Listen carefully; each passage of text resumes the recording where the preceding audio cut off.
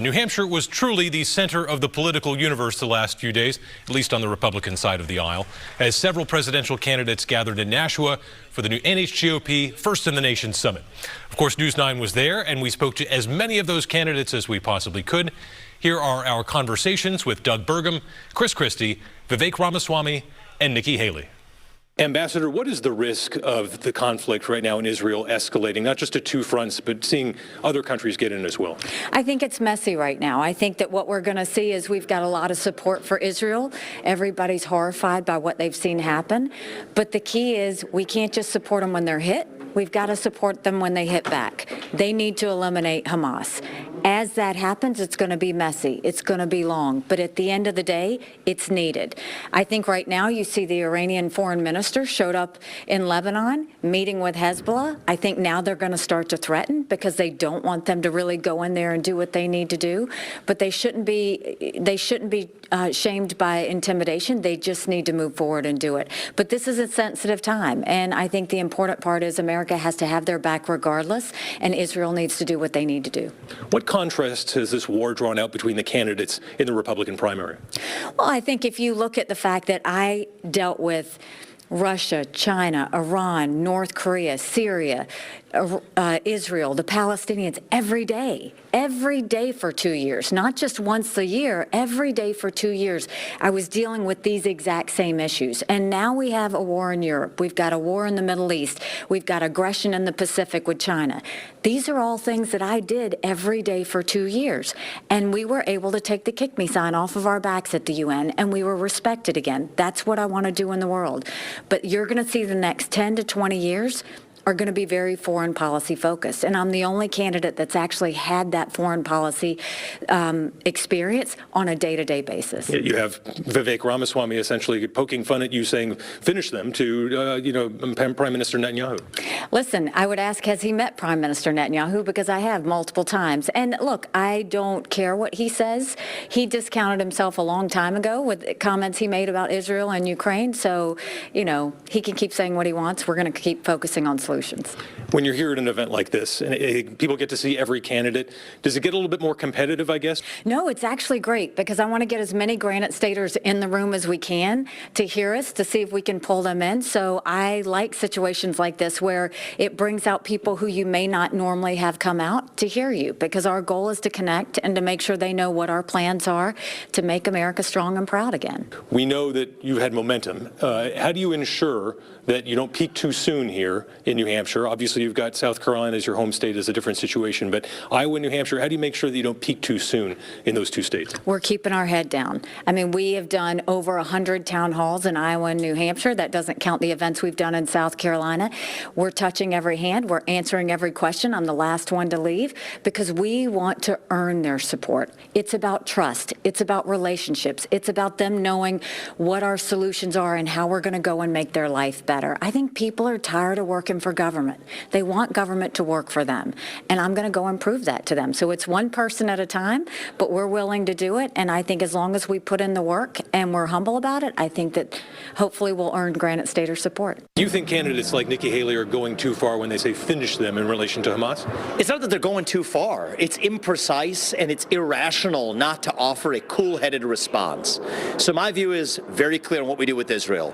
Help Israel defend itself every way we can, diplomatically, intelligence sharing, limited munitions sharing as necessary.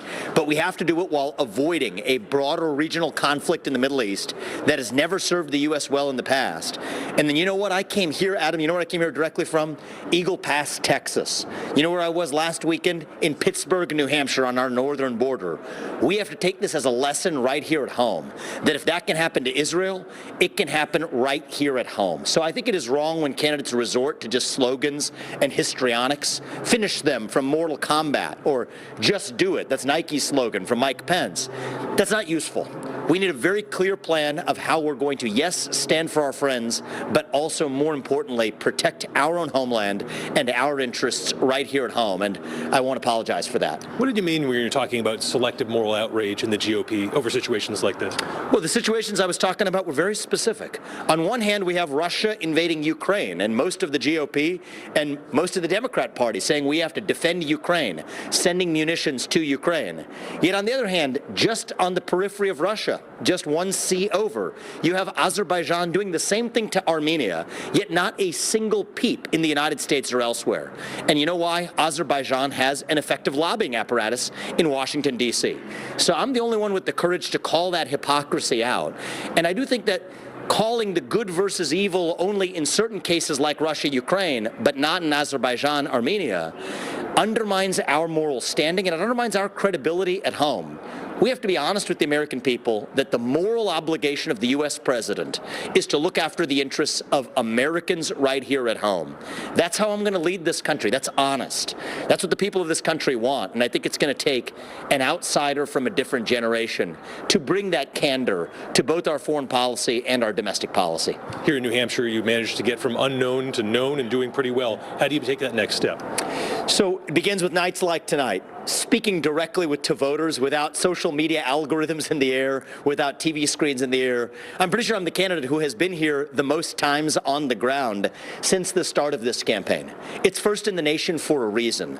I know the people in the Granite State, they ask great questions. They like to go deeper than just scratching at the surface level. That's excellent. I think that's going to help us as we go into greater policy depth and detail, but also a vision of what this country actually stands for. The GOP for a long time has been running from something, criticizing the other side, and there's a time and place for that. But now is our moment to start running to something, actually offer a vision of our own, and I think I'm the candidate in this race who's doing it. That's what's going to lead us to success. If you manage to win here in New Hampshire, do you have the infrastructure to upscale this campaign? Absolutely. Sure. Absolutely. We do. We'll be in South Carolina next week. And we absolutely have the infrastructure to be able to do it. That combined with the momentum that a win in New Hampshire will give for me, will be just fine. When you do these events, does it get competitive in the sense that you want to get out there and have the best performance of any candidate?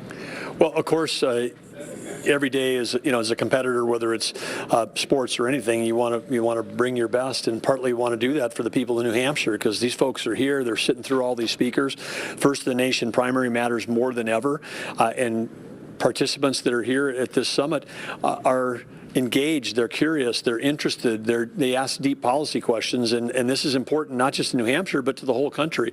So of course we want to deliver our very best every time that we're out there, but we also want to learn from them because there's so many things from talking to people here in the hallways side, understand when people go, because everybody in America is choking under Joe Biden's inflation, self-inflicted, interest rates self-inflicted at the highest levels, whatever, and now because he's pursuing weakness, it's produced, an appeasement that's producing wars as opposed to peace through strength, and now we find ourselves in a Cold War with China, proxy war with Russia, and now we're in a proxy war with Iran, and I just want the message to be out there.